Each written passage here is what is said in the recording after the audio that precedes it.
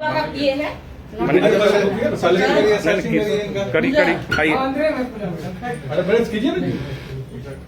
चलो पूजा करो। किसने बोला? चेक कीजिए।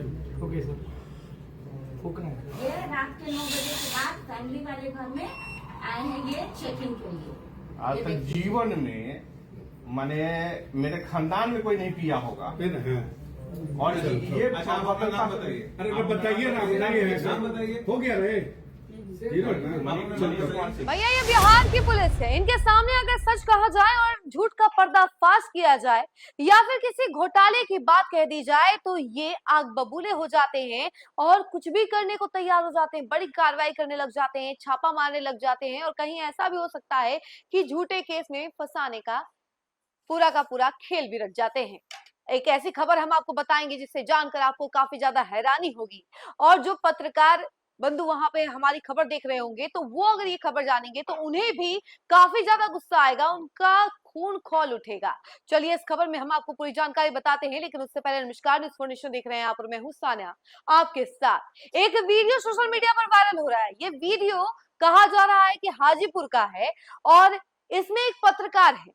इस पत्रकार ने कुछ समय पहले ही एक खबर प्रकाशित की थी। उस खबर में एक घोटाले का राज खुला था, एक पर्दाफाश किया था जिला प्रशासन के अंदर जो घोटाला चल रहा था रसोइया के मामले में। तो उसी चीज का पर्दाफाश इस पत्रकार ने किया था, जिसके बाद वहां की पुलिस सीधे आधी रात को इसके घर पे छापा मारने के लिए पहुंच जाती है। इसे और इसकी पत्नी को परेशान करती है। इतना ही नहीं बल्कि ब्रेथ एनालाइजर से इसका टेस्ट भी किया जाता है कि इसने शराब पिया हुआ है, लेकिन शराब की मात्रा शून्य पाई जाती है। जिसके बावजूद भी जो पुलिस रहती है वो कार्रवाई करती है, इधर उधर परेशान करती है। और सवाल यहाँ पर ये उठता है कि आखिर इसने गलती क्या थी। सिर्फ इतना ही कि इसने घोटाले का पर्दाफाश कर दिया, या यूं कह लीजिए कि जिला प्रशासन की पोल खोल दी। यही गलती थी इस पत्रकार की। क्या पत्रकार होना गुनाह है? क्या पत्रकार होकर किसी बात के सामने खड़े होना और किसी बात का पर्दाफाश करना क्या गुनाह है? अगर कोई पत्रकार सच्ची बात रखता है और सरकार के अंदर, सरकार के कामों में अगर कुछ गड़बड़ी पाई जाती है, उसकी बातें रखता है और लोगों तक हर बात पहुंचाता है, तो क्या कोई गलत काम कर रहा है? वैसे तो लोकतंत्र के चौथे स्तंभ कहे जाते हैं ये पत्रकार, हर बात को बखूबी रखते हैं। लेकिन वहीं अगर सरकार की बातों को उजागर करने लग जाए और सरकार या यूं कह लीजिए कि जिला प्रशासन के अंदर कुछ गड़बड़ी चल रही है, उसका घोटाले का अगर पर्दाफाश करने लग जाए तो इनके घर पर आधी रात को पुलिस पहुंच जाती है। जो पत्रकार बंधु हमारी खबर देख रहे हैं, आप भी थोड़ा सतर्क रहिए। क्या पता कहीं आपने कोई खुलासा किया और उसके बाद पुलिस आपके यहाँ पहुंच जाए और आपके यहाँ दस्तक दे दे और कहे कि चलिए अब आपको जेल में चलना पड़ेगा क्योंकि आपने ये चीज की थी, और कोई और केस भी फंसाया जा सकता है। चलिए इस खबर के बारे में पूरी जानकारी जरा हम आपको विस्तार से बताते हैं। हाजीपुर में एक पत्रकार के गंभीर आरोपों ने सत्ता, प्रशासन और प्रेस की आजादी को लेकर नई बहस छिड़ दी है। मामला सिर्फ एक घर पर हुई कार्रवाई का नहीं बल्कि उन सवालों का है जो लोकतंत्र के चौथे स्तंभ की सुरक्षा और स्वतंत्रता से जुड़े हैं। पत्रकार मनीष कुमार सिंह का आरोप है कि जिला प्रशासन में कथित रसोइया बहाली घोटाले से जुड़ी खबरें प्रकाशित करने के बाद उन्हें निशाने पर लिया गया और देर रात उनके घर पर ऐसी कार्रवाई की गई मानो कोई बड़ा मुजरिम पकड़ने के लिए छापा मारा गया हो। आरोपी के मुताबिक रात के सन्नाटे में पुलिस और प्रशासनिक अमला उनके आवास पर पहुंचा। घर में सो रहे परिजनों के बीच अफरा तफरी का माहौल बन गया। मनीष का कहना है कि उनसे पूछताछ की गई, जांच पड़ताल की गई और हर पहलू को खंगाला गया। पूरा घटनाक्रम ऐसा था कि जैसे किसी संगीन वारदात के आरोपी के खिलाफ कोई कार्रवाई की जा रही हो। इस पूरे मामले का सबसे चर्चित पहलू यह वीडियो है जिसमें पत्रकार का ब्रेथ एनालाइजर टेस्ट किया जाता दिखाई दे रहा है। मनीष कुमार सिंह का दावा है कि उन्होंने कभी शराब का सेवन नहीं किया और जांच में भी अल्कोहल की मात्रा शून्य निकली। ऐसे में उनका सवाल है कि जब ना कोई नशा मिला, ना कोई आपत्तिजनक वस्तु बरामद हुई, तो फिर इतनी बड़ी कार्रवाई की जरूरत आखिर क्यों पड़ी?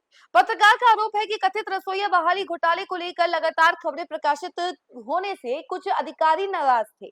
उनका दावा है कि खबरों के जरिए भ्रष्टाचार की परतें खुल रही थी और इसी वजह से उन्हें दबाव में लेने या बदनाम करने की कोशिश की गई। हालांकि इन आरोपों की स्वतंत्र पुष्टि नहीं हुई है और संबंधित प्रशासनिक अधिकारियों का विस्तृत पक्ष भी सार्वजनिक रूप से सामने आना बाकी है। वहीं आपको बता दें कि इस घटनाक्रम ने कई गंभीर सवाल खड़े कर दिए हैं। यदि किसी पत्रकार को उसके द्वारा प्रकाशित खबरों के कारण जांच, दबाव या कार्रवाई का सामना करना पड़ता है, तो यह केवल एक व्यक्ति का मामला नहीं रह जाता, बल्कि यह उस माहौल का संकेत बन जाता है जिसमें खोजी पत्रकारिता और भ्रष्टाचार के खिलाफ आवाज उठाने वालों की सुरक्षा पर सवाल खड़े होते हैं। लोकतंत्र में पत्रकार की भूमिका सत्ता और प्रशासन पर निगरानी रखने वाली मानी जाती है। ऐसे में जब कोई पत्रकार यह आरोप लगाए कि घोटाले से जुड़ी रिपोर्टिंग के बाद उसके खिलाफ कार्रवाई की गई, तो मामला और संवेदनशील हो जाता है। दूसरी तरफ प्रशासन को भी कानून के दायरे में कार्रवाई करने का अधिकार है, इसलिए किसी निष्कर्ष पर पहुंचने से पहले दोनों पक्षों के तथ्यों का सामने आना जरूरी है। फिलहाल हाजीपुर का यह मामला चर्चा के केंद्र बना हुआ है। एक तरफ पत्रकार उत्पीड़न के आरोप हैं, तो दूसरी तरफ प्रशासन की कार्रवाई को लेकर सवाल। लेकिन सबसे बड़ा सवाल वही है, अगर सच लिखने वालों को ही कटघरे में खड़ा कर दिया जाए तो फिर भ्रष्टाचार और अनियमितताओं का पर्दाफाश कौन करेगा? लोकतंत्र में यही सवाल सबसे अहम और सबसे बेचैन करने वाला है। देखा आपने किस तरीके से एक पत्रकार जिसने जिला प्रशासन के अंदर चल रहे घोटाले के बारे में कई सारी खबरें प्रकाशित की, खुलासे किए, उसके बाद इसका अंजाम ये हुआ कि प्रशासन या यूं कह लीजिए कि पुलिस की टीम इसके घर पर पहुंचती है और छापेमारी करती है, लेकिन कोई वस्तु प्राप्त नहीं होती, कोई संदिग्ध वस्तु नहीं मिलती है और ना ही शराब का सेवन पाया जाता है। जीरो अल्कोहल भी दिखता है ब्रेथ एनालाइजर में, लेकिन फिर भी कार्रवाई क्यों की गई? क्योंकि ये कोई मुजरिम तो था नहीं, कोई गुंडा तो था नहीं, कोई आतंकवादी तो था नहीं, तो फिर इतनी बड़ी कार्रवाई किस लिए? इतनी पुलिस टीम वहां पे क्यों पहुंची? क्या बात थी? तो ये सवाल अब लगातार उठ रहा है और ये कार्रवाई पर भी सवाल उठा रहा है कि आखिर पुलिस ने आधी रात को इतनी बड़ी कार्रवाई की क्यों? एक पत्रकार के घर में इस तरीके से क्यों घुसी?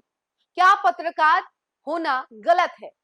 क्या पत्रकार होकर सच को सामने लाना और सच का एक तरीके से सामना करना और झूठी बातों का पर्दाफाश करना ये है कड़ी कड़ी खाइए। अरे बहस कीजिए ना जी। चलो पूजा करो, वीडियो में ब्रेथ करो, करिए करिए ब्रेथ कर लीजिए।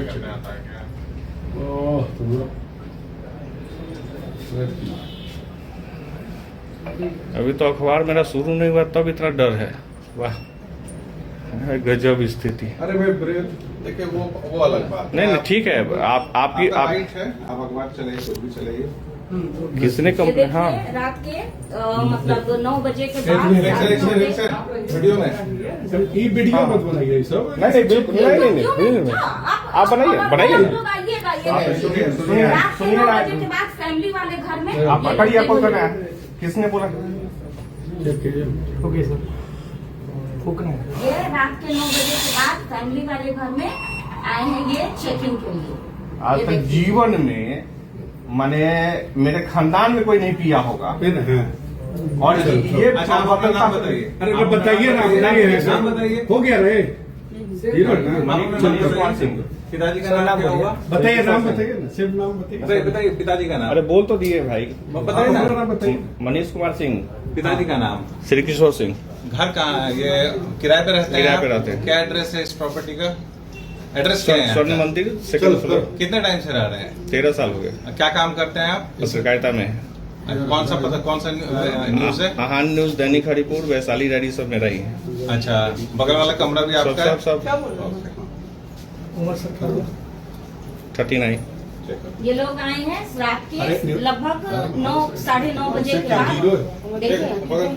नहीं फिर वही बात है, तुम कैसे कर रही है? क्या दिक्कत? उससे क्या दिक्कत है? जीरो है तो। अरे हाउस उसमें भी बना जीरो है, और देखो वो देखिए, करो ना, तुमको जो बोल रहे हैं करते हैं, हमेशा यही बात करते हैं साइड होकर। ठीक है, अभी लीजिए सब है तो फिर बोला जा रहा है वो। फैमिली वाले चलिए ठीक है मैडम। अगर आपको भी ऐसा लगता है जरूर बताइएगा कमेंट सेक्शन में, और ये जो पुलिस ने कार्रवाई की है इसको लेकर के आपकी क्या राय है जरूर बताइए कमेंट सेक्शन में, और देखते रहें न्यूज़4नेशन। धन्यवाद।